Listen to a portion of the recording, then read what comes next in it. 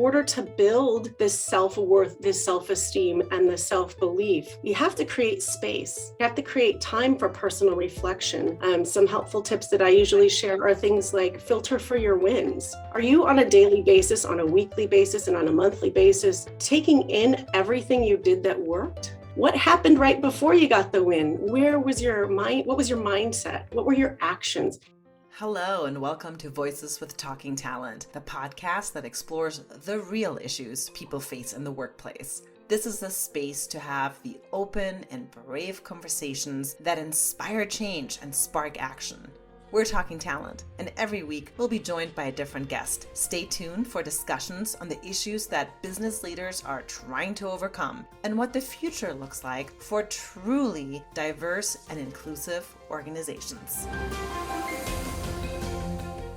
Hello, I'm Andrea Paulton, and I'm your host for today's episode. Today we're talking about self-confidence in the work. With us, we have executive coach Sharon Hart, who will let us know how we can build confidence at work. Sharon, tell us a little bit about yourself, and can you also tell us what an executive coach does? Sure. Thanks so much for having me on.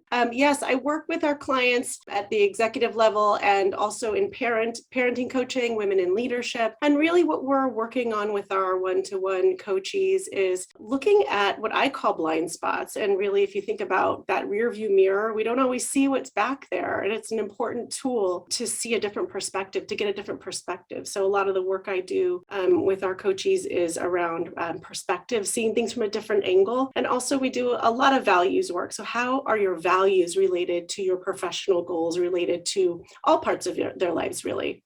Nice. Love it. And how long have you been coaching? I've been coaching for nearly 12 years. So been on this journey a long time and really just love it. It is my passion. It's something that I feel so just excited to do every single day. Oh, I love that. And what do you specialize in right now when you're looking at your current coaching clients and what you're doing? Right. It's so funny that this is the topic today because I do a lot with our women in leadership programs and in particular confidence. The confidence issue is probably top of mind. In fact, I spent the last 3 weeks doing sessions with my group coaching clients around confidence and how that impacts our performance actually in the workplace. I love that. And let's talk about that. And let's go complete basic with my first question.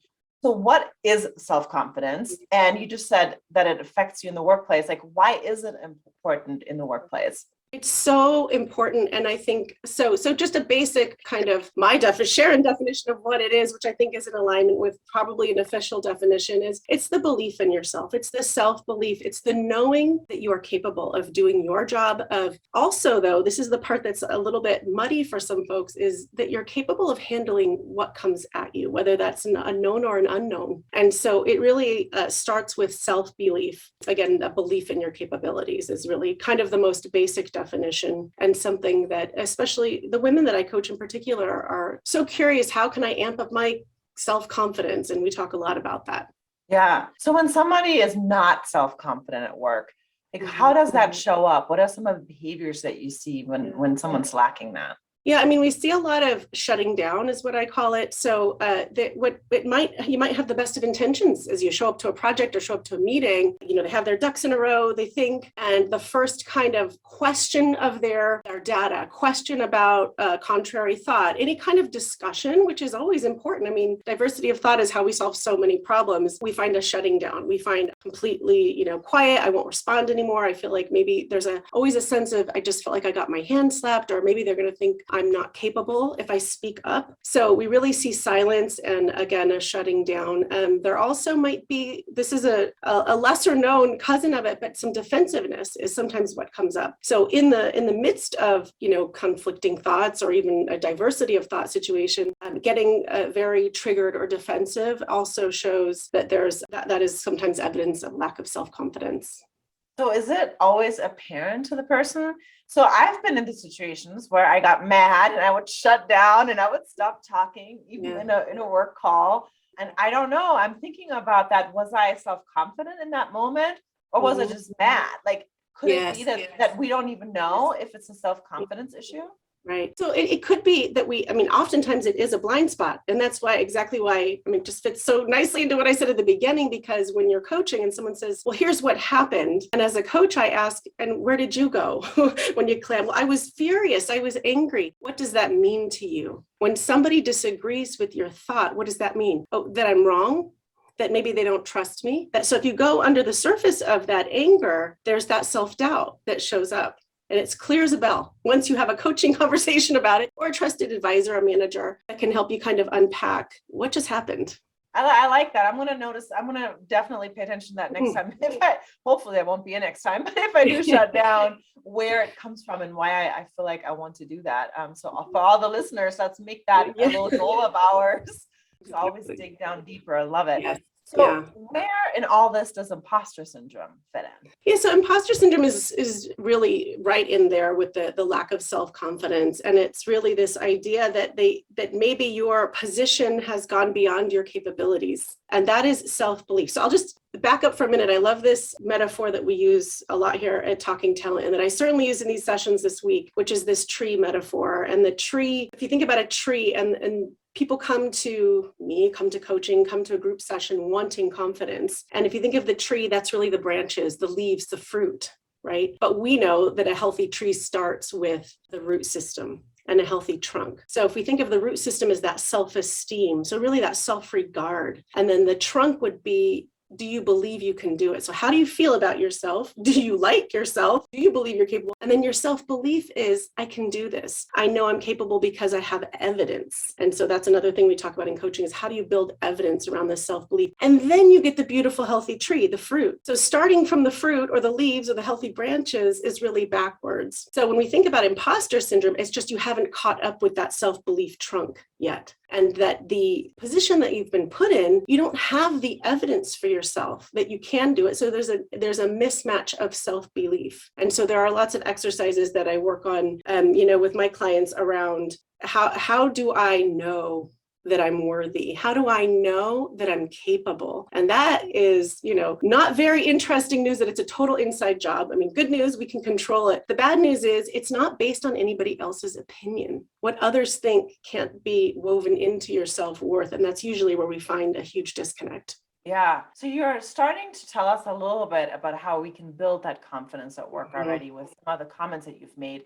Is there like a framework or other things that we can do to build our confidence at work? Yeah. So I have some steps that I always kind of walk through with folks I'm working with on a one-to-one basis. And it is daily. It is something that is a practice. It's a new muscle for most people. So we usually notice that the confidence or imposter syndrome is showing up once we get to work. But long before we get to work is that personal reflection time. So in order to build this self-worth, this self-esteem, and the self-belief, you have to create space. You have to create time for personal reflection.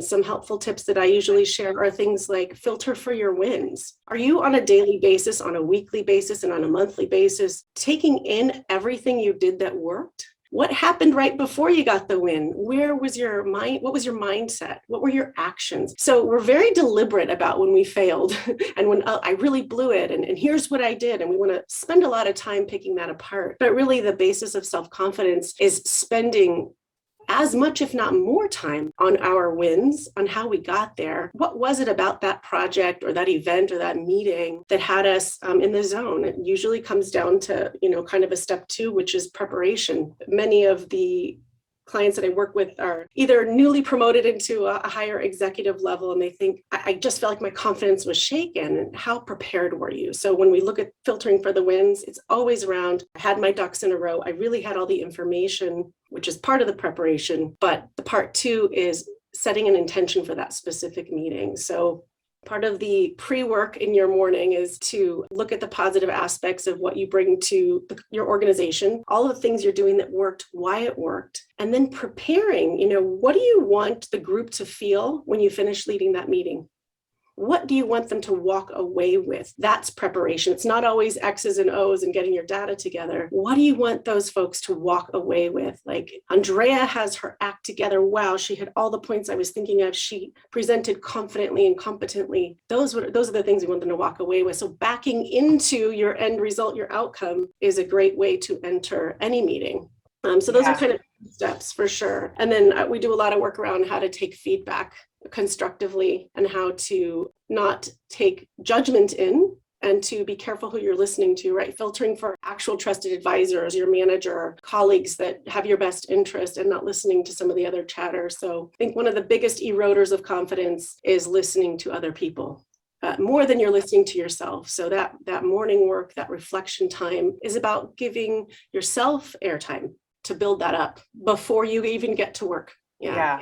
I really like that. I think there's just such a value in that morning routine and setting your day up right. It was such a difference. I used to work at a company where I would wake up, brush my teeth, and maybe take a shower and run into the office because it was an hour drive, and I would work and it would just be horrible versus when I had time to really, get up, get ready, and write in my journal and all that. And I think that's such a smart thing. I love that you're coaching that. Okay, so let's say somebody has been working and they've been confident. Maybe like those people you're working with right now, they're new at their company, they came in confident, they kicked butt, they did a good job, and then bam, something went wrong and they did something really bad. They lost money for the company or really a big mistake.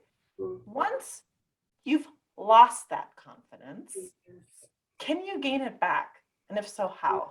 It's such a hard one because and here's the thing to remember. There's something, we use the growth mindset all the time, here at Talking Talent and in coaching in general. Growth mindset says that failure, it's an opportunity. We don't look at it as a knockdown. So your mindset around failure is the very first step in being able to receive it. So if you grew up in a household or in your early career days where if you failed, that was it, chopping block was up and people were being fired. If you come from a culture of fear of failure, it's very easy to default to that. So, a little bit of a broken record in my coaching tidbits here, but I always say, the power of what is your intention? What is your mindset? How do you view failure? And it could be a huge mistake, but if you're looking at it as an opportunity to say, where am I going to change this for next time? And what does failing mean to me? If you have connected failure to your self-worth, that self-esteem, remember the roots, right? They're rotting. They're getting a disease. That is the basis of your confidence. So how do you get that back? It's again, this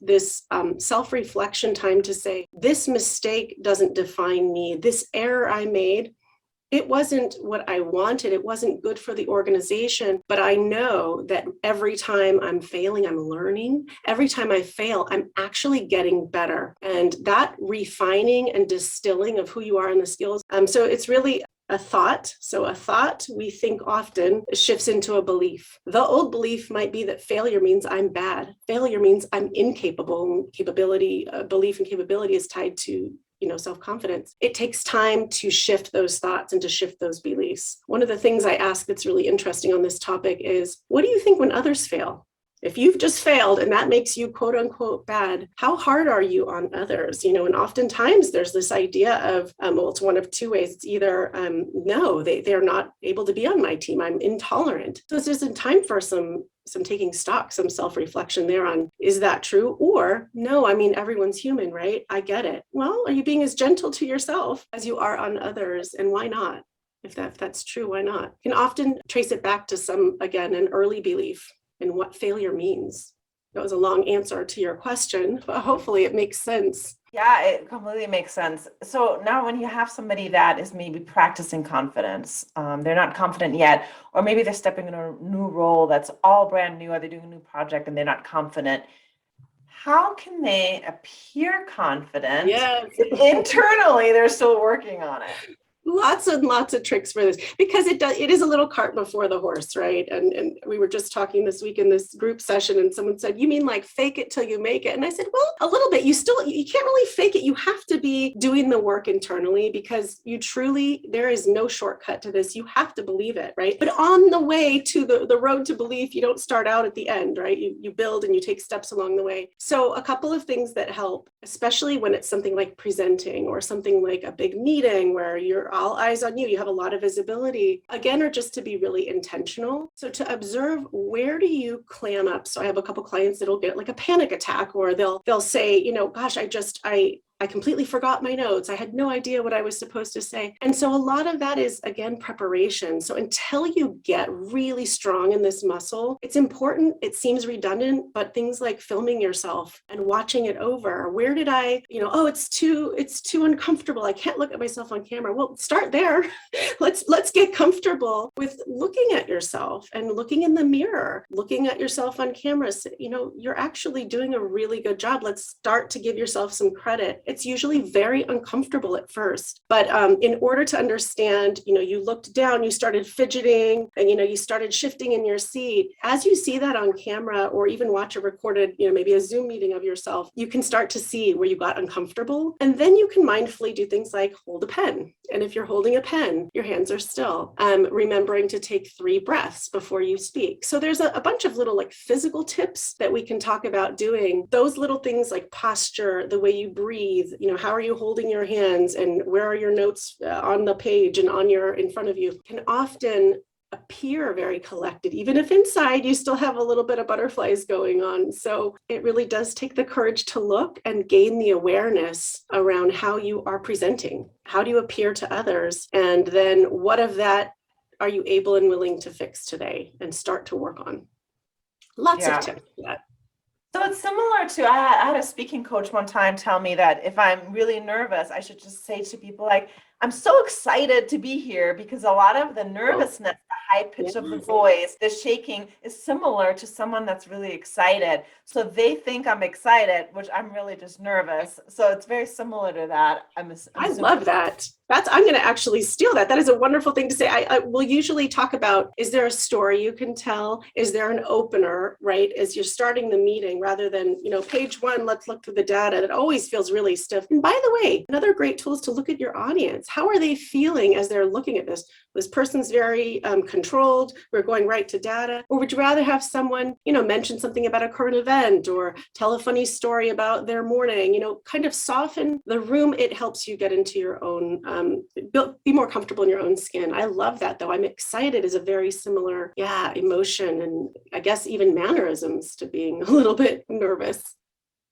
What about body language? Like, can you fake that and just be like, stand super straight? Or is there anything else that we can do to make it look like we're more confident? Absolutely. So one of the things, that we talk about a lot is in the preparation. And again, preparation is so much of this, because to try to win the World Series without having any practice games, right? It's just not going to happen. So think about all the hours that go into it, something like that when you think about practicing this. But there are power poses that you can do, things that make you feel very powerful. So our brains are connected to our bodies in ways that we're just now really starting to get a grip on. So when we do power moves or power poses, the muscle memory is actually saved. So there are things that we can practice, giving ourselves affirmations, giving ourselves that boost of confidence. And when we kind of mimic it by putting one hand on our hip, or we mimic it by a certain body language, our brain is connected again to our body. So there's a muscle memory piece that I encourage working on as well. But again, things like when you see, just being reflective about who in the room looks confident. When you've looked at leaders you admire, what is their body language? They're always making eye contact. They're nodding. Their posture is straight. Their posture is confident, but yet still approachable. So being observant with others that appear confident, they're not, again, I think holding the pen or just holding without being clammed up. So there's a lot of observation. I think this is an art, not a science. Everybody is drawn to a different mode or a different style. So finding one that feels comfortable to you. If you're, a quieter person coming in and being very, telling a loud story and being very gregarious is not maybe going to fit, you won't feel comfortable. So finding something that works for the individual, I think, is so important. But yes, remembering cues and remembering maybe a checklist of a few things that you want to remember. By the way, when you do those things, it's another confidence booster, because at least I remembered those things that were so important about how I present and how I appear. And I remembered them, and good job me. If you can, again, do your positive list at the end to say, I really did a very good job there. That's really good advice. Yeah. I want to ask you a little bit more about the leaders that you coach, because you mentioned earlier you have a lot of women that are the new executives or any kind of department heads. Mm-hmm. When you are not confident about something and you are the leader of a team, Is it better to admit that to the team and tell them about it, or is it better to appear confident so they can feel confident? Where do Right. we land there? That's such a good question because I think it is both and it's a mixed bag. So we know that leaders that are more vulnerable allow us to just take that deep breath, sit down a little more. They're a human being too. They put their pants on one leg at a time, just like I do. So there's a point of vulnerability that is really valuable and does show confidence. The person that never has a personal story or you never see their human side actually doesn't feel as confident as somebody that's a little bit vulnerable. That being said, I had coachee that was a little bit upset because she came in very frazzled to a very large meeting. She was very senior and her boss's level said, you don't need to be that vulnerable. Take a moment and and she was really offended by it. And I said, well, let's think about that. If you're in charge if you're at the hull of the ship, if you're directing things, driving the bus, whatever metaphor you want to use around that, and you're frazzled and you're off balance and you're sweaty, that doesn't show confidence in your ability to lead. That's actually a little scary for a lot of people. So what's the moment when you take a deep breath before you walk in the door, you straighten out your clothes, you fix your posture, be mindful, be present, channel that calm. And then you can walk in and say, boy, did I have a wild time getting here. And I'm so happy to be with you. So you can still tell this story, but showing up in a composed way also says, and I'm here to lead. And I'm here, very stable on my own 2 feet. So it's both, really. I think that's a really powerful position, just remembering that you don't have to be as vulnerable as you would maybe with your best friend, but to know that you have this position of leadership. It's important to have a little bit of vulnerability. Oh, good advice. Good advice. So my last question for you is there any a number one tip that you have for people for confidence, or any final thoughts you want to talk about self-confidence at work? Yeah, I will just say this is not a one and done. You're never going to be done fine-tuning your confidence. It's not like you've arrived at this confidence diploma and now you're good, you have your degree. This is the work daily. And yes, you can get to a place you desire with your confidence level, and that will continue to reinforce what you get from others.